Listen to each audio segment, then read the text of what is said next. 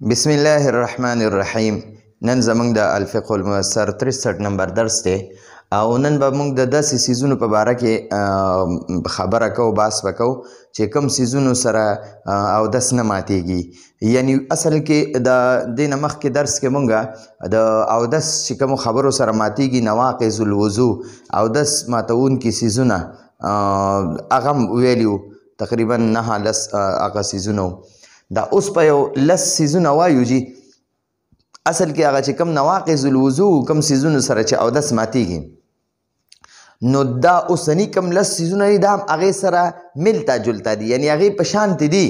لږ ډېر د هغې په شانتې دي، خو هغه لس څیزونو سره یا 9 څیزونو سره اودس ماتېدو او دې لس څیزونو سره اودس نه ماتېږي. حالانکه دواړه یو بل سره یعنی داسې لږ ډېر میچنګ کوي، یو بل سره میلاویږي، خو دې سره اودس نه ماتېږي، هغې سره ماتېده. ټیک شو جي. نو دا موږ سره دی الاشیاء التي لا ينتقض بها الوضوء. الاشیاء، اشیاء دا د سیز د شیء جمع ده. شیء یو سیز ته وایي، اشیاء ډېر سیزونو ته وایي. التي کومو سره چې لا ينتقض نه ماتېږي بها دغه سیزونو سره الوضوء اودس، یعنی هغه سیزونه د کومو سیزونو سره چې اودس نه ماتیږي، هغه سیزونه کومو سیزونو سره چې اودس نه ماتیږي، یعنی داسې خبرې چې کومو خبرو سره اودس نه ماتیږي. نو اشیاء د شیء جمع ده. شیء معنی ده یو سیز او د اشیاء معنی ده سیزونه. اشیاء معنی ده سیزونه.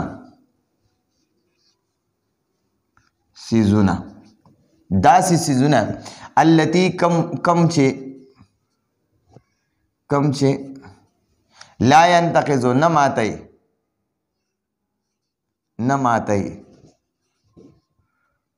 بها دغه سیزونه. با معنی ده سره او ها معنی ده هغه، یعنی هغې سره الوضوء اودس. ټیک شو، اودس. نو هغه سیزونه کومو سره چې اودس نه ماتیږي. الاشیاء سیزونه التي کوم چې لا ينتقض نه ماتي بها دغه سره الوضوء اودس. ټیک شو جی. نو هغه سیزونه موږ به معنی داسې وکړو، هغه سیزونه کومو سره چې اودس نه ماتیږي. ټیک شو جی. نو ګوره جی، الامور الاتیه، الامور موصوف ته، الاتیه د دې صفت ته، دا موصوف صفت مبتدا شو. الامور دا د امر جمع ده. امر یو کار ته وایي، امور ډېرو کارونو ته وایي، کارونه.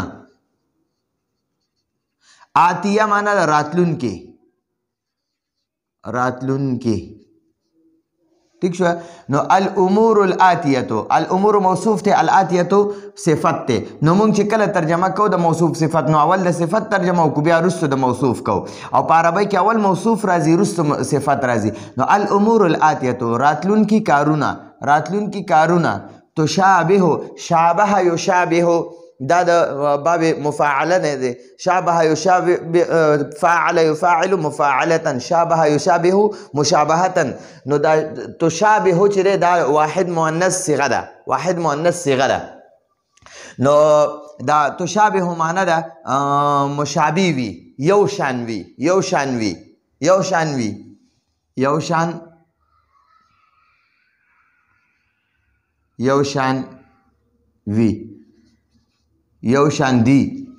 دی. نواقض الوضوء تشابه، دغه کارونه یو شان دي. نواقض الوضوء، نواقض دا د ناقضتون جمع ده. ناقضتون معنی ده ماتون کی سیز، او نواقض ماتون کی سیزونه.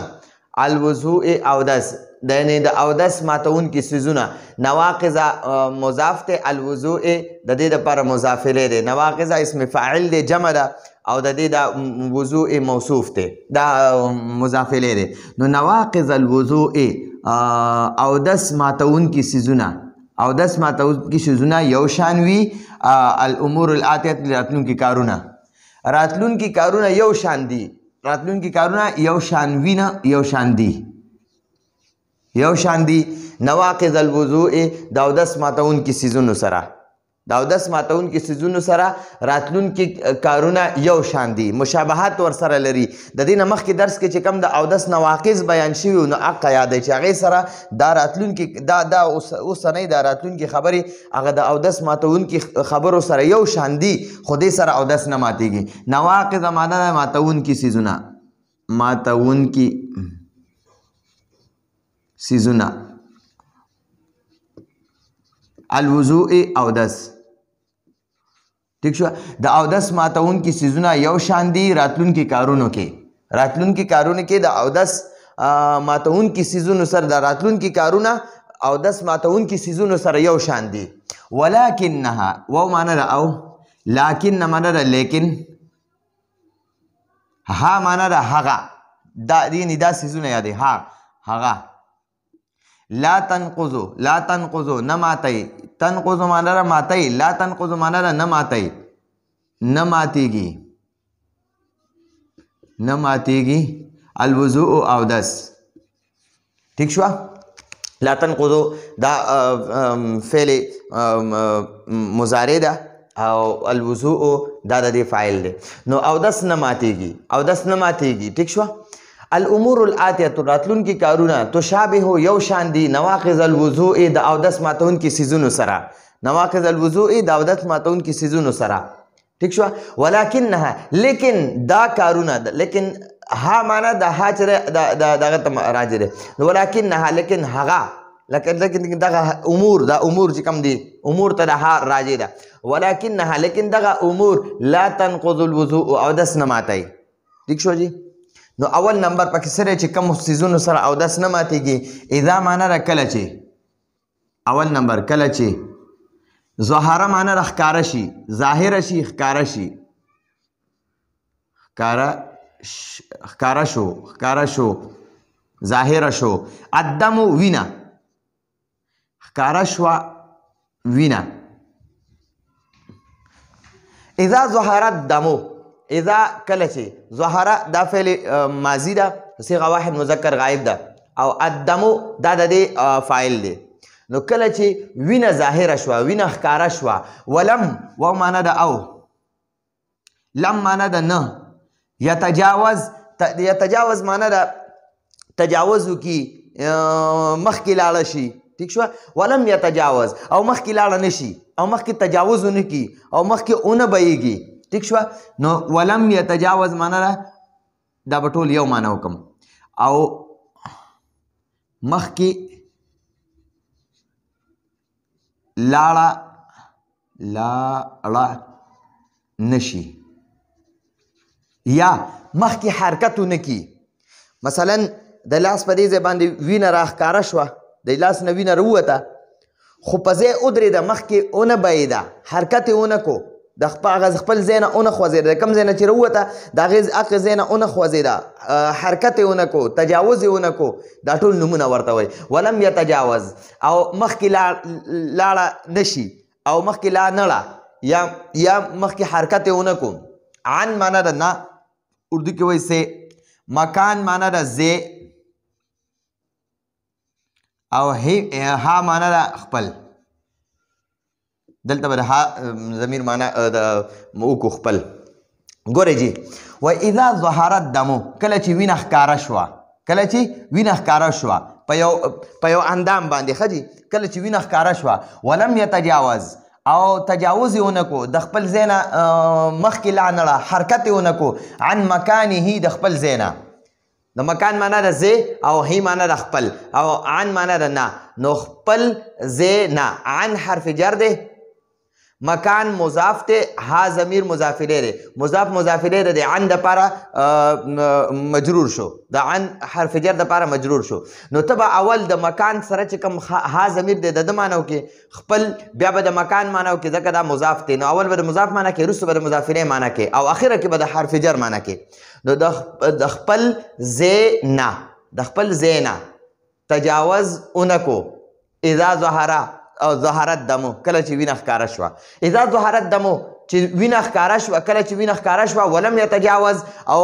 تجاوز یې ونه کو عن مکانه، د خپل ځای نه. یعنی مطلب د تجاوز مطلب دا دی چې حرکت یې ونه کړو د خپل ځای نه په دې لاس دې ځای کې وینه راښکاره شوه او په دغه کم ځای نه چې راووته عمقه ځای باندې ودرېده حرکت یې ونه کړو روانه نه شوه نو چې روانه نه شوه نو هغې ته وایي تجاوز یې ونه کړو موږ وایي روانه نه شوه علمي انداز کې وایي تجاوز یې ونه کړو ټیک شوه نو دلته وایي ولم یتجاوز او تجاوز یې ونه کړو روانه نه شوه عن مکانه د خپل ځای نه نو دې سره اودس نه ماتېږي ګوره جي د بدن نه ګوره د تشو میتیازو لارې نه یا د ډکو میتیازو لارې نه که وینه ووته دې سره اودس مات شو خو که د تشو میتیازو یا د ډکو میتیازو لارې نه علاوه د بدن د هر ځای نه وینه ووته او حرکت یې ونه کړو نو اودس نه ماتېږي خو که د یو ځای نه وینه ووته او حرکت یې وکړو روانه شوه ټیک شو د خپل ځای نه روانه شوه بس اودس مات شو خو که حرکت یې ونه کړو نو اودس نه ماتېږي نو دلته وایي چې حرکت یې ونه کړو اذا ظهرت دمو کله چې وینه ښکاره شوه ولم یتجاوز او تجاوز یې ونه کړو حرکت یې ونه کړو د خپل ځای نه روانه نه شوه عن مکانه د خپل ځای نه ټیک شوه نو دغه سره اودس نه ماتېږي دویم نمبر دی اذا معنا ده کله چې سقطه معنا ده پریوته کټ شو ساقط شو یعنی پریوته یا کټ شو پریوته موږ به آسان انداز کې ووایو پریوته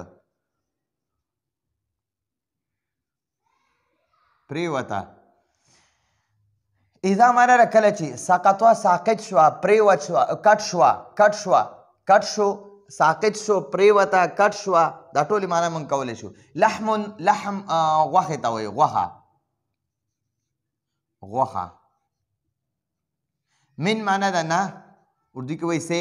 او بدن ته وایي موږ هم ورته بدن وایو اذا سقط لحم کله چې غوښه پریوته یا غوښه کټ شوه من البدن د بدن نه د بدن د یوې حصې نه غوښه کټ شوه ولكن واو معنا ده او لكن معنا ده لیکن لم يصل معنا ده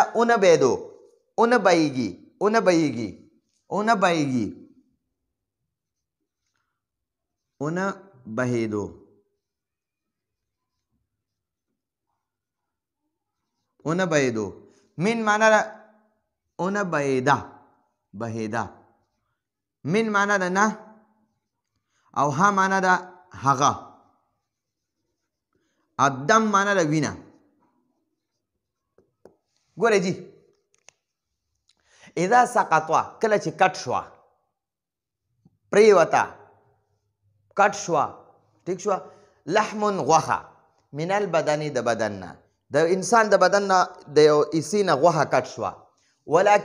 لیکن لم یصل او اونه بیده منه د دقې بدن نه الدم وینه دقې د بدن نه وینه کټ شوه خو دقې د بدن نه غوښه کټ شوه خو دقې غوښې سره وینه ونه بیده ټیک شوه کالعرق المدني کالعرق دا یو قسم دانه وي عرق مدني دا عرق مدني دا ټول یو نوم دی دا عرق مدني دا یو قسم دانه وي په دې سرمن راخیږي او دا سرمن هم اخوري هغه دانه او ښکته دا غوښه هم اخوري او ښکته بلکل رګونه راښکاره کوي عرق عربۍ کې دغه ته وایي رګ ته وایي رګ نو داسې دانه وي که نه چې لکه د چینجي په شانتې په ارام راوځي راکټ کېږي د غوښه راکټ کوي تر دې پورې چې ستا رګ ښکاره کړي دا رګ دې ښکاره کړي او مدني ورته ځکه وایي چې دا په مدینه منوره کې ډېر زیات دقه دانه راخیږي په دې سرمن راوخیږي او دا سرمن هم اخوري او ښکته د دې نه دا غوښه راکټ کېږي ورسره تر دې پورې چې بلکل رګونه ښکاره کړي نو دا مدینه منوره کې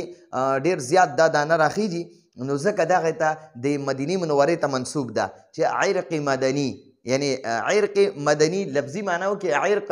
رګ ته وایي او مدني یې معنا ده مدینې والا نو مدینې والا رګ ته مراد نه دی دا عرق مدني دا یو قسم دانه وي په دې سرمن راخیږي او دا سرمن هم ځان سره کټ کې خوري او لکه د یو چینجي په شان دی او بیا دا ښکته دا غوښه هم خوري کټ کوي او تر د دې پورې چې دا رګ راښکاره کړي نو دې ته عرق مدني وایي اردو کې ورته نارو وایي نارو او په فارسی کې ورته رشته وایي رشته نو دا عرق مدني الذي کل عرق مدني دی کاف جاره معنا ده لکه دا عرق مضاف ته، المدني یې مضاف الیه دی. عرق مضاف ته، المدني مضاف الیه دی. خو په دې نه عرق مضاف نه دی، دا عرق موصوف ته، المدني یې صفت دی. خو په دې موصوف باندې دا زیر د دې کاف جاره د وجې نه راغلی. نو کل عرق المدني، کل عرق المدني، کاف جاره معنا ده لکه، اردو کې وایي جیسے. ٹھیک شو. العرق المدني، مدینی والا رګ، اصل لفظي معنا دغه ده. خو هغه دانه چې په سرمن راخیږي او رګ ته کوزیږي. ټیک شو، رګونو ته رسي، په سرمن راخیږي او دا غوښه خوري خوري رګ ته کوزیږي. نو عرق مدني یو قسم دانه، یو قسم دانه. ٹیک شو. الذي کم چې، کم ته چې، کم ته چې یقالو، یقالو معنا ویلې کیږي، ویلې کیږي.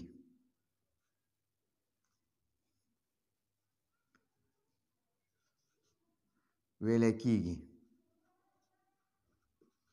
لهو، لهو معنا ده هغه ته، هغه دانې ته، لهو هغې ته. د لام جاره معنا وکړه او ها معنا وکړه هغه، یعنی هغې ته. بل اردیته، اردو کې با جاره معنا ده، دلته به معنا وکړي کې. اردیته اردو، اردو ژبه، اردو ژبه کې. بل اردیته اردو ژبه کې. نارو، نارو، نارو ورته اردو ژبه کې وایي. پوه شو جی؟ ها دلته وایي جی اذا سقط لحم، کله چې غوښه کټ شي، من البدن د بدن نه، ولكن او لیکن لم يصل اونه بیږي منه د دقې بدن نه د غوښې سره الدم وینه، کالعرق المدني، لکه د عرق مدني دانې په شان، عرق مدني دانې په شان. الذي کم ته چې یقالو ویل کیږي له دغه دانې ته، بالاردویت په اردو کې نارو، نارو. دا یو قسم دانه وي او دغه دانه چې دی دا په دې سرمن باندې راخیږي او دا سرمن هم ځان سره وخوري، ښکته غوښه هم خوري تر دې پورې چې دا رګونه پکې ښکاره شي. نو دا یو ځل ما لیدلې وه، زموږ یو ملګري باندې راختلې وه. الله دې هر مسلمان وساتي. بالکل دا داسې انسان بیا داسې محسوسوي چې لکه دغه کس ته کینسر لګېدلی وي. نو دا غوښه ترې راکټ کېږي دغه دانې سره. نو دغې ته وایي چې یاره کله د انسان نه غوښه د بدن نه کټ شي که نه، خو دغې غوښې سره وینه نه وي نو بیا اودس نه ماتېږي. خو که چېرته غوښې سره وینه هم کټ شوله، یعنې وینه هم د بدن نه ووته یا دغې غوښې سره وینه هم وه، نو بیا اودس ماتېږي. خو د کله کله د انسان د بدن نه چېرته داسې د مرض د وجې نه څه ځای نه غوښه کټ شي او د هغې سره وینه ونه وځي د بدن نه، نو بیا اودس دې سره نه ماتېږي. ځکه دا غوښه چې دی دا بذات خود پاکه ده، د خوراک دپاره جایز نه ده، حرام ده د انسان غوښه. لیکن اصل کې نور غوښه ده پاکه ده د بدن نه چې کټ شوه او پاک څیز چې د بدن نه کټ شي نو هغې سره اودس نه ماتېږي. خو بشر دا چې وینه ورسره لاړه نه شي، خو که وینه ورسره لاړه نو بیا اودس ماتېږي. نو تا ته وایي دا سقطوه چې کله پرېوته یا کټ شوه لحم غوښه من البدن د بدن نه، ولكن او لیکن لم يصل ونه بیږي منه د دغې نه الدم وینه، کالعرق المدني، لکه د عرق مدني دانې په شان. دا عرق مدني چې کومه بیماري ده دې سره غوښه کټ کېږي خو وینه ورسره نه ځي. الذي کم ته چې دا عرق مدني یادوي، الذي کم ته چې یقال له ویلی کېږي بالاردویت په اردو کې، دا عرق مدني ته په اردو کې وایي نارو. د عرق مدني بیماری ته دغه دانه چې کوم قسم راخیږي د عرق مدني دانې ته په اردو کې دغه وایي نارو وایي او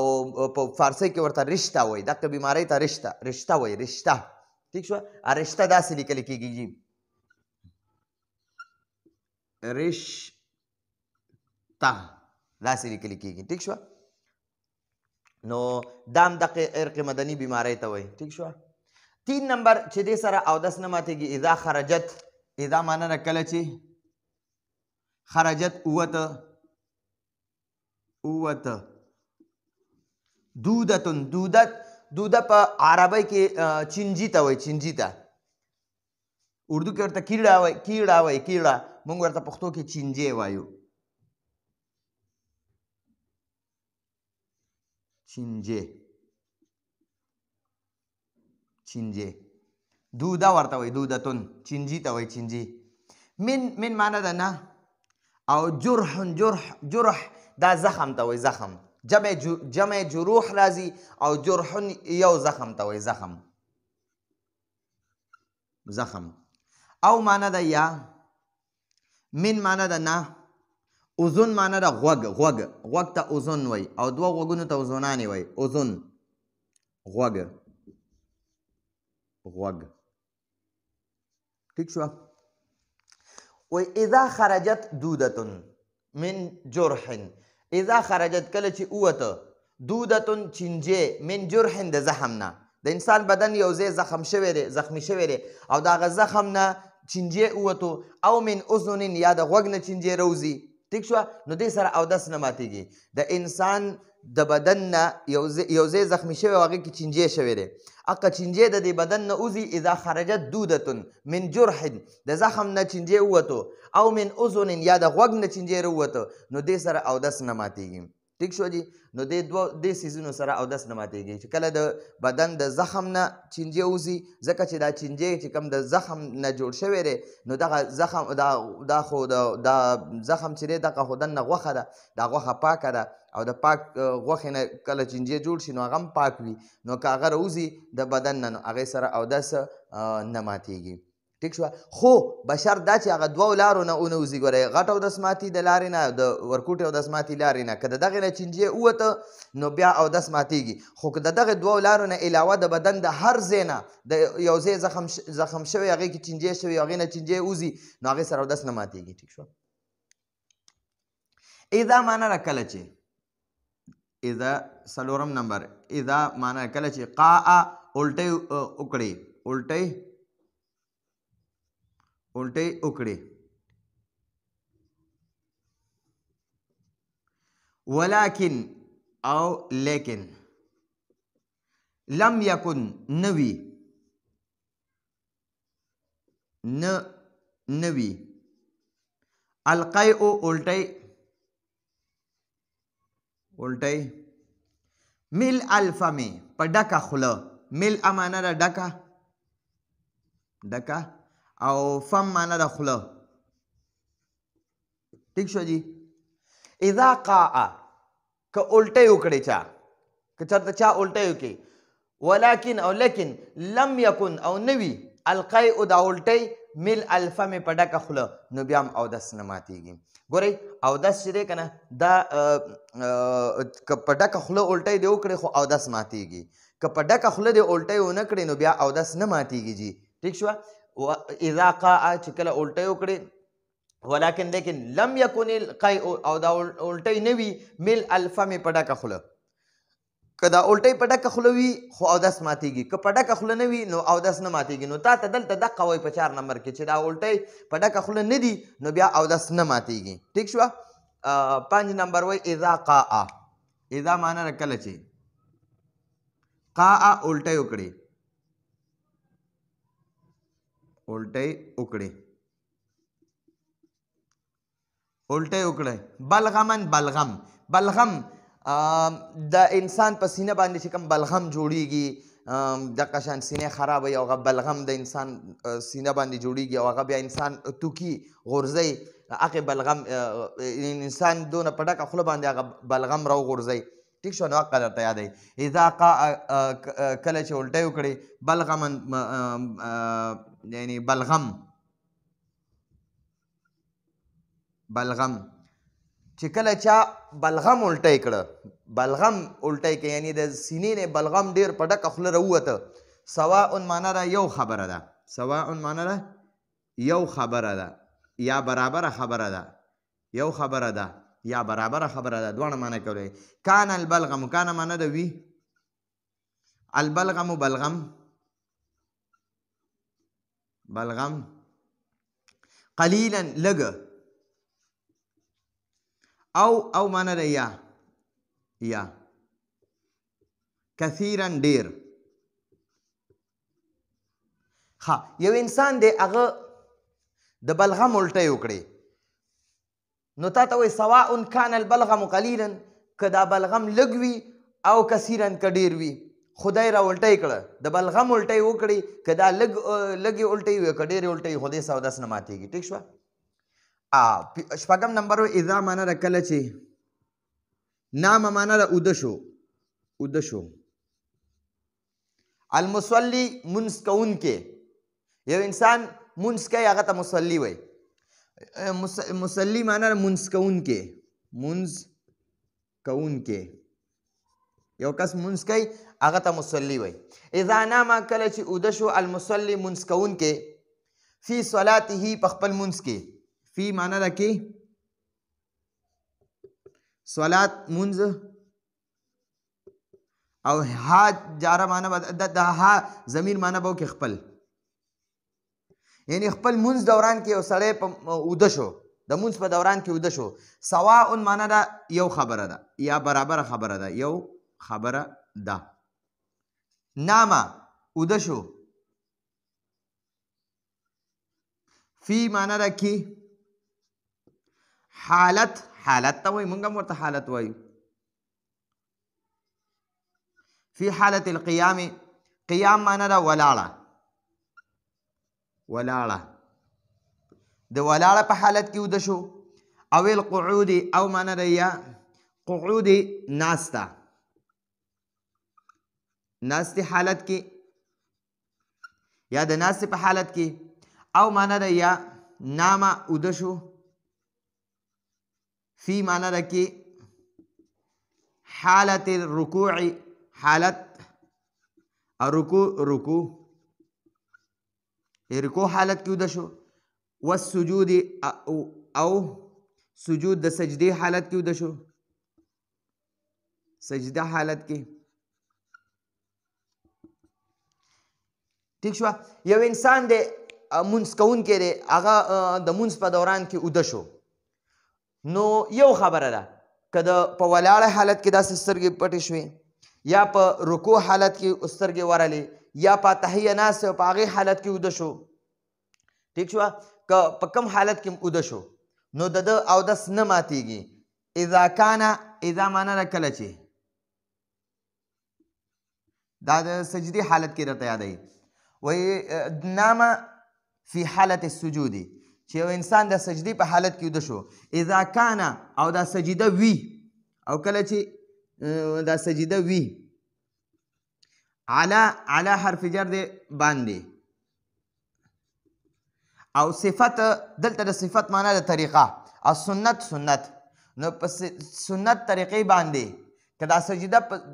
د سنت په طریقه وي ٹھیک شوه صفت معنا دلته کې طریقه وکړه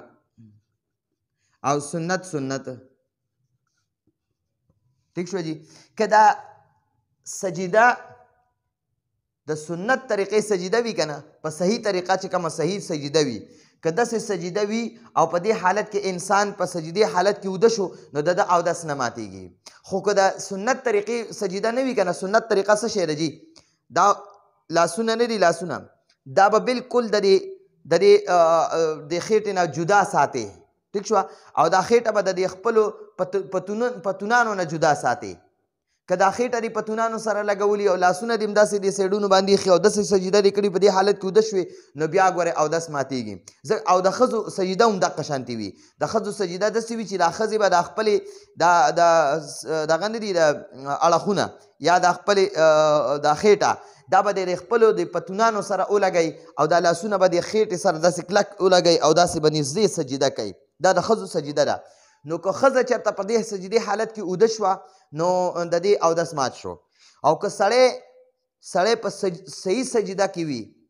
د سړي سجده جدا ده د ښځو سجده جدا ده ټیک شوه ښځې به دا خپله خېټه او خپې دا پتونان دا یو بل سره لګوي او دا لاسونه نه دي دا څنګلې دا به د خپلو خېټو سره داسې لګولي او وړه نږدې سجده به کوي دا د ښځو سجده ده نو که ښځه په سجدې حالت کې اوده شوه نو د دې اودس مات شو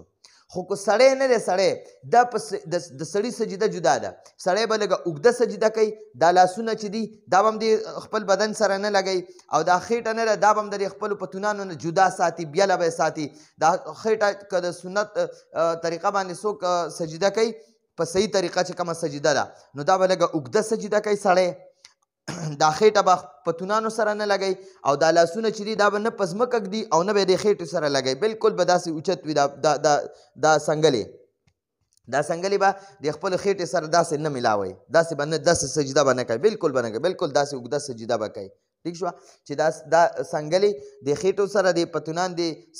اړخونو سره نه لګي او دا خېټه چې دی دا د پتونانو سره نه لګي نو دا صحیح مسنون سجده ده که داسې مسنون سجدې حالت کې څوک اوده شو که نه نو بیا د هغه اودس نه ماتېږي او که نه مسنون سجدې نه علاوه دا بل شانتې سجده د ښځو په شان سجده څوک کوي او په دې کې اوده شو د ده اودس مات شو نو تا ته دقه وایي ښه اذا نام المصلي چې کله مونځ کوونکی اوده شو فی صلاته په مونځ کې سواء برابره خبره ده یا یو خبره ده نام فی حالت قیام که په ولاړه باندې اوده شو په مونځ کې او القعود یا په تحیه ناست په دغه حالت کې اوده شو او نام فی حالت الرکوع یا د رکوع په حالت کې اوده شو والسجود یا د سجدې په حالت کې اوده شو خو د سجدې لپاره شرط دی دا دی اذا کان چې دا سجده وي علی صفت السنت په سنت طریقه باندې نو بیا د اودس نه ماتېږي که په سنت طریقه باندې سجده نه وي نو بیا ماتېږي ځکه دغه دا شپږم نمبر و د دې باره کې حدیث کې راځي نبی علیه الصلاة والسلام فرمایي وایي لا وضوء على من نام لا وضوء على من نام في صلاة سواء كان قائما او راكعا او ساجدا او په یو روایت کې راځي او جالسا وایي چې کم کس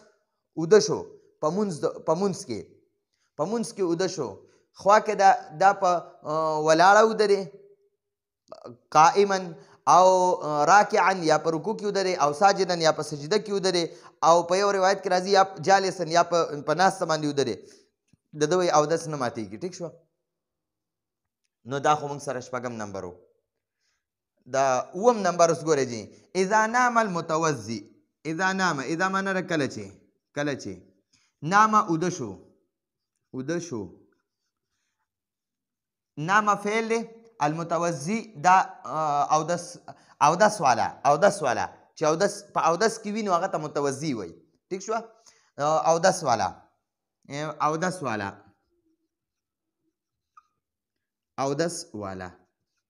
متوضي اودس والا ته وایي نو دا متوضي چې دی دا د نام فعل لپاره فاعل دی اذا نام المتوضئ کله چې اودس والا اوده شو وکانت و معنی ده او كانت معنی ده وی مقعدته مقعد مضاف ته او ها ضمیر مضاف الیه دی نو مقعد معنی ده مونږ ورته پښتو کې کوناټي وایو ټیک شوه نو دا کوناټي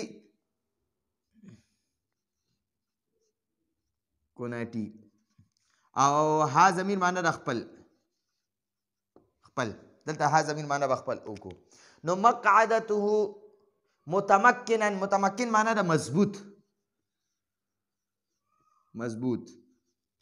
من الارض دلته دا من چې دی دا د علا په معنا باندې دی د من معنا به موږ د علا معنا کوو ښه چې لکه دا اصل کې دی دا من الارض دی دلته خو دا داسې دی علی الارض دلته من الارض دی خو موږ به د علی الارض معنا کوو ټیک شوه دا من چې دی د ده معنا به د علا کوو نو علا معنا ده باندې او د من معنا ده نه ټیک شوه د من معنا ده نه او د علا معنا ده باندې نو دلته به موږ د من معنا د علا د معنی کوو ښه من الارض ای علی الارض نو دلته باندې وکړو باندې او ارض ځمکې ته وایي ځمکه ټیک شو جي نو دلته کې وایي اذا نام المتوضئ کله چې اودس والا اوده شو وکانت مقعدته او د ده کوناټي وي متمکنا مضبوط په ځمکه من الارض ای علی الارض په ځمکه باندې یو انسان دی هغه په اودس کې دی او هغه په ناسته باندې داسې په ځمکه اوده شو خو چې دا کوناټي په ځمکه مضبوط لګېدلی وي متمکن معنا ده مضبوط یعنی مضبوط لګېدلی وي په ځمکه باندې راوچت نه وي ټیک شوه نو د ده اودس نه ماتېږي یو انسان دی د اودس په حالت کې په ناسته باندې اوده شو او دا کوناټي په ځمکه باندې مضبوط لګېدلي دي ډډه یې نه ده والېسته ته په ډډه باندې نه ګورې نو چې ځکه په ډډه اوده شوې نو بس بیا څه ته دې ډډه وواله اوده شوې نو بیا د اودس مات شو اودس یعنی ټیک وغیره به نه لګې څه سره به دغه لګېږي نه بس چې داسې په ناسته باندې یو انسان اوده شو خو چې کوناټي مضبوط په ځمکه باندې لګېدلي وي نو د ده اودس نه ماتېږي نو دغه خبره درته کوي اذا نام المتوضئ چې کله اودس والا اوده شو وکانت مقعدته متمکنا او د هغه کوناټي مضبوط وي على الارض من الارض اي على الارض په ځمکه باندې چې په ځمکه باندې دا کوناټي مضبوط لګېدلی وي د دغه انسان اودس نه ماتېږي چې اودس والا کس وي چې په اودس والا کس دی انسان دی اودس شته او دا په ځمکه باندې مضبوط ناست دی او دا اوده شو نو د ده اودس نه ماتېږي ښه اذا معنه ده کله چې اتم نمبر دی اذا معنه ده کله چې مس معنه ده مونږ وایو یاره مسه کو مسه مسه مونږ څه ته وایو چې دا لاس یو څیز له یوسو نو یا لکه وایي دا څیز یې مسه کو دا قلم دی زه د له لاس یوسم نو یا لکه دا قلم یې مسه کو ټیک شو دا پټکی مې دی زه دا لاس ورله داسې یوسم نو هلکه وایي یاره دا پټکی مې مسه کو دا بورډ دی ما ورله داسې لاس یوړو نو هلکه وایي دا بورډ مې په لاس مسه کو مسه مطلب چې یو څیز سره لاس ولګي هغې ته مسه وایي ټیک شوه نو مسه اذا مسه چې کله مسه کړو ذکر پښتو کې اوس څه ووایو جي ذکر چې دی که نه دا د تش او د سماتي لارې ته وایي د سړي تش او د سماتي چې کوم لاره ده دغې ته ذکر وایي ټیک شوه نو ذکر مضاف ته ها ضمیر مضاف الیه ده نو خپل ذکر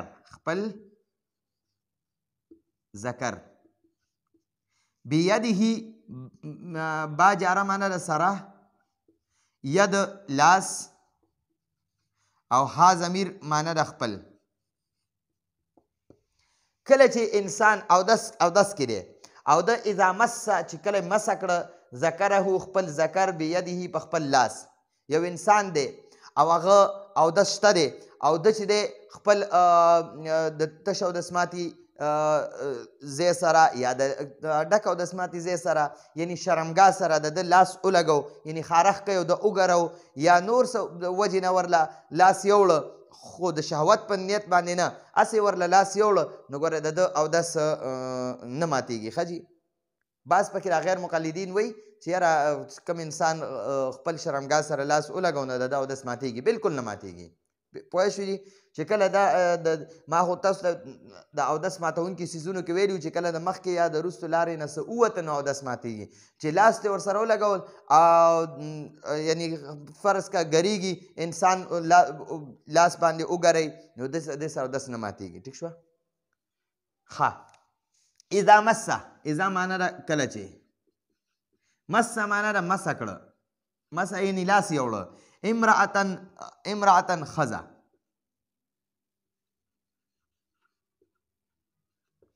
چې کله یو انسان اودس کړي او ښځې له داسې لاس یوړه نو ګوره بیا هم د ده اودس نه ماتېږي ښه چې په هر حالت کې والله ښځې لاس یوړه خو ګوره ښځې سره چې څوک لاس لګوي نو دې سه اودس نه ماتېږي ټیک شوه که خپله وي او که پردی وي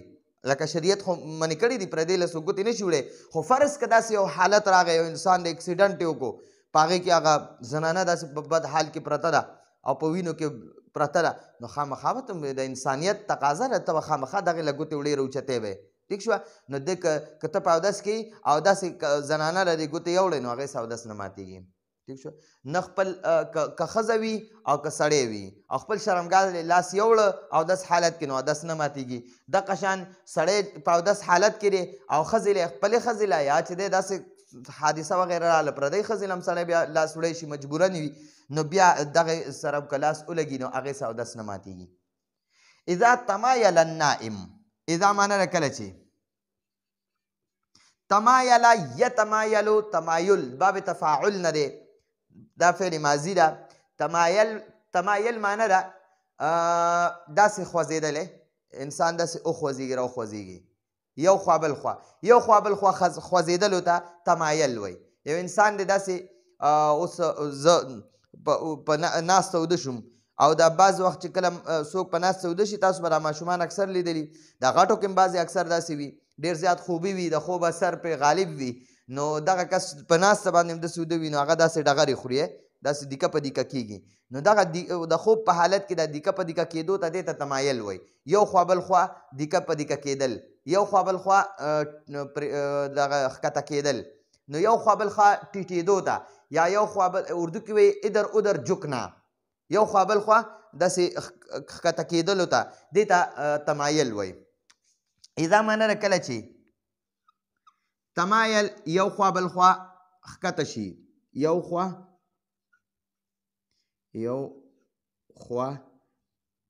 بل خوا ښکته شو یو خوا بل خوا ښکته شو النایم اوده کس اوده سړی یا اوده ښځه په ناسته اوده او دا یو خوا بل خوا ډغرې خوري خو چې تر کومې پورې پرېوتی نه وي مکمل پرېوتی نه وي او په پرېوتو باندې یعنی اوده شوی نه وي نو د هغې پورې د دې کس اودس نه ماتېږي یو انسان دی په ناسته اوده دی او ښه ډغرې خوري داسې یو خوا بل خوا کږېږي را کږېږي یو خوا بل خوا پرېوځي را پرېوځي خو دا ښکته په ځمکه نه دی پرېوتی ټیک شوه نو تر کومې پورې چې ځمکه باندې پرېوتی نه وي هغې پورې د ده اودس نه ماتېږي خدای دې وکړي چې یو 500 ځل داسې ډغرې را ډغرې شي خو د ده اودس نه ماتېږي نو تا ته دغه وایي اذا تمایل النائم چې کله اوده کس یو خوا بل خوا ښکته کېږي یو خوا بل خوا پرېوځي نو یعنې ښکته پرېوتی نه دی خو یو خوا بل خوا ټیټېږي را ښکته کېږي نو د دغه کس اودس نه ماتېږي نو دا زمونږ د نن ورځې درس و چې یاره کم کم څیزونه دي دې سره اودس نه ماتېږي د دې نه مخکې درس کې داسې څیزونه و هغې سه اودس ماتېدو او د نن درس کې داسې څیزونه دي چې دې کې اودس دې څیزونو سره اودس نه ماتېږي